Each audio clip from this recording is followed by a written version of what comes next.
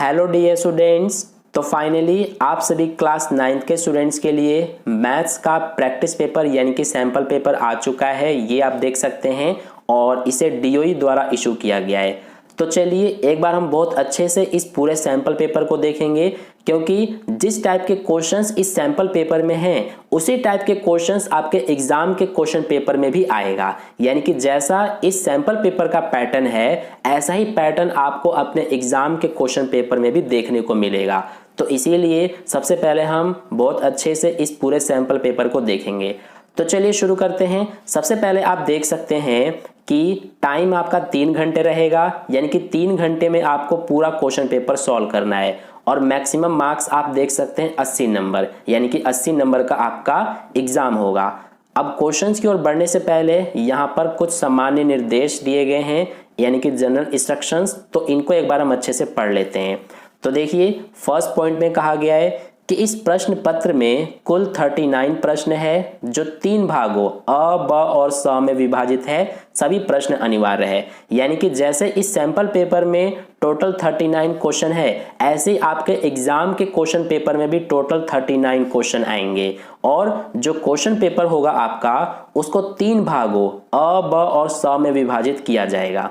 ठीक है। Second point कहा गया है कि भाग अ में 2 खंड, खंड 1 एवं खंड 2 है। खंड 1 में 16 बहुविकल्पीय प्रश्न तथा खंड 2 में 4 केस स्टडी पर आधारित प्रश्न है। यानी कि जो भाग अ होगा आपका क्वेश्चन पेपर में उसमें भी 2 खंड होंगे, खंड 1 और खंड 2। तो खंड 1 में 16 एमसीक्यू टाइप के क्वेश्चंस होंगे, यानी कि बहुविकल्पीय प्रश्न होंगे। और खंड 2 में 4 केस स्टडी पर आधारित क्वेश्चंस होंगे।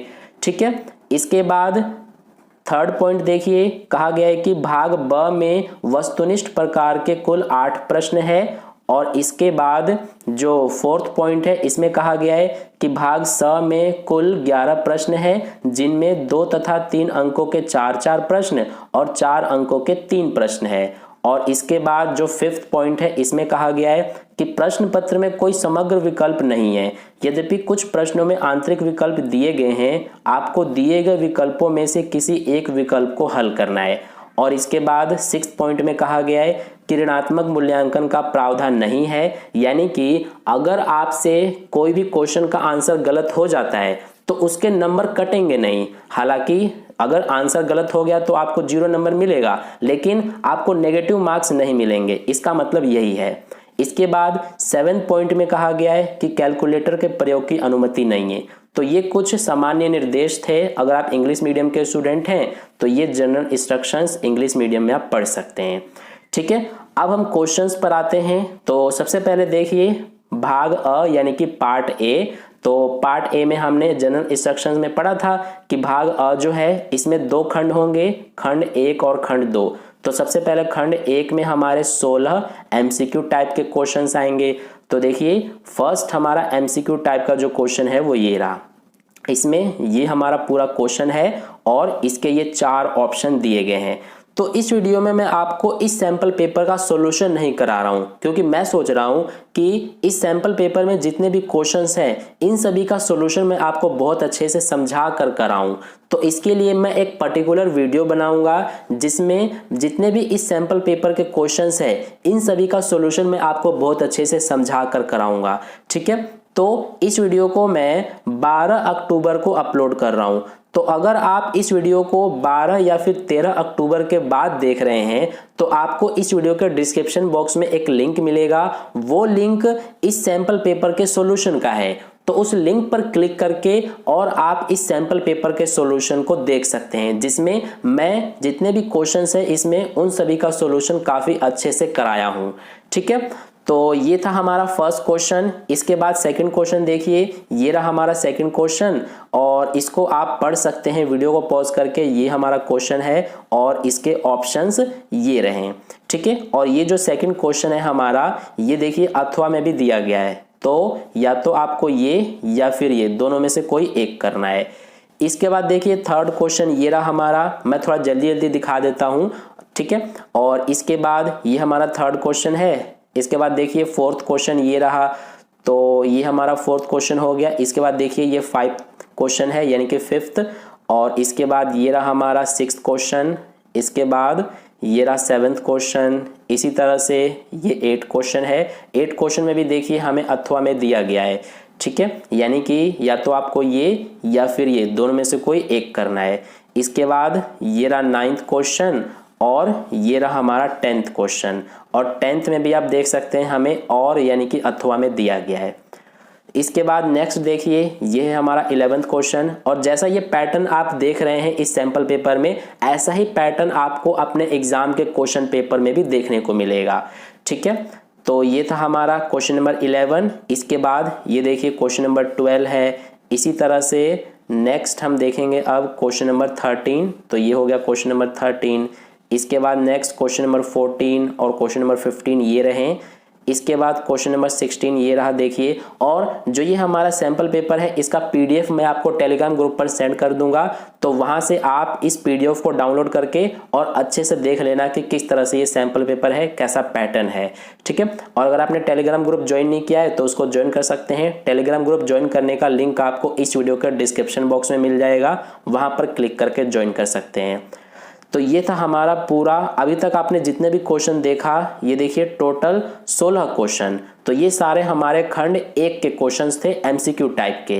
अब इसके बाद यहाँ पर हमारा खंड 2 है, तो खंड 2 में हमने क्या पढ़ा था जनरल इंस्ट्रक्शंस में कि खंड 2 में हमारे 4 केस स्टडी पर आधारित क्वेश्चंस होंगे। तो देखिए ये रहे हमारे केस स्टडी पर आधारित क्वेश्चन। सबसे पहले क्वेश्चन नंबर 17, तो ये हमारा क्वेश्चन नंबर 17 है। इसमें ये आप देख सकते हैं ये पिक्चर भी बना हुआ है, और इससे रिलेटेड क्वेश्चंस ये रहे। फर्स्ट क्वेश्चन ये रहा, सेकंड ये रहा, थर्ड ये रहा। ये सारे क्वेश्चंस हैं जो क्वेश्चन नंबर 17 है केस स्टडी पर आधारित उसके, ठीक है। तो इसमें टोटल 5 क्वेश्चंस है, ये 4th ये 5th। इसी तरह से नेक्स्ट देखिए क्वेश्चन नंबर 18 जो है ये भी हमारा केस स्टडी पर आधारित है। तो यहाँ पर ये रहा क्वेश्चन नंबर 18, इसके 5 क्वेश्चंस ये आप देख सकते हैं, 1 2 3 4 और एक ये रहा 5। इसी तरह से नेक्स्ट क्वेश्चन नंबर 19 देखिए ये भी हमारा केस स्टडी पर आधारित है। तो इससे रिलेटेड क्वेश्चंस जो हैं वो ये रहे, ठीक है। ये फर्स्ट, सेकंड, थर्ड, फोर्थ और ये रहा 5th।